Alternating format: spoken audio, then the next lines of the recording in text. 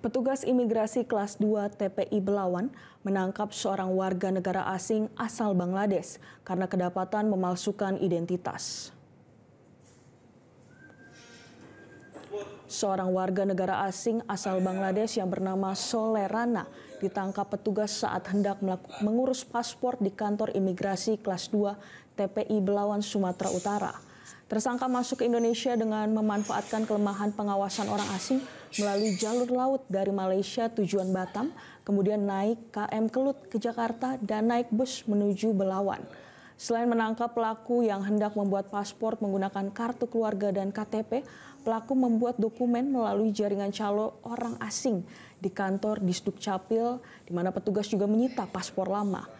Kasih Intel Dalkim dan Penindakan Kantor Imigrasi Kelas 2 TPI Belawan, Deki Melwanda, mengatakan pelaku memasuki Indonesia tanpa melalui tempat pemeriksaan imigrasi dan tidak memiliki dokumen resmi dan melanggar pasal 113 dan 119 ayat 1 UUD RI nomor 6 tahun 2011 tentang keimigrasian yang kini telah diserahkan ke kantor Kejaksaan Negeri Belawan.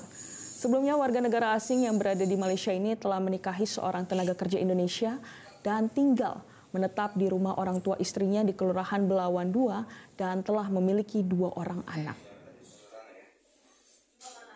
Dilakukannya penegakan hukum terhadap tersangka pelanggar undang-undang keimigrasian agar menjadi efek jera kepada yang bersangkutan, dan bagi warga negara asing lain yang ingin masuk dan tinggal berkegiatan di Indonesia wajib menaati peraturan dan peraturan perundang-undangan yang berlaku di negara. Jelajahi cara baru mendapatkan informasi. Download Metro TV Extend sekarang.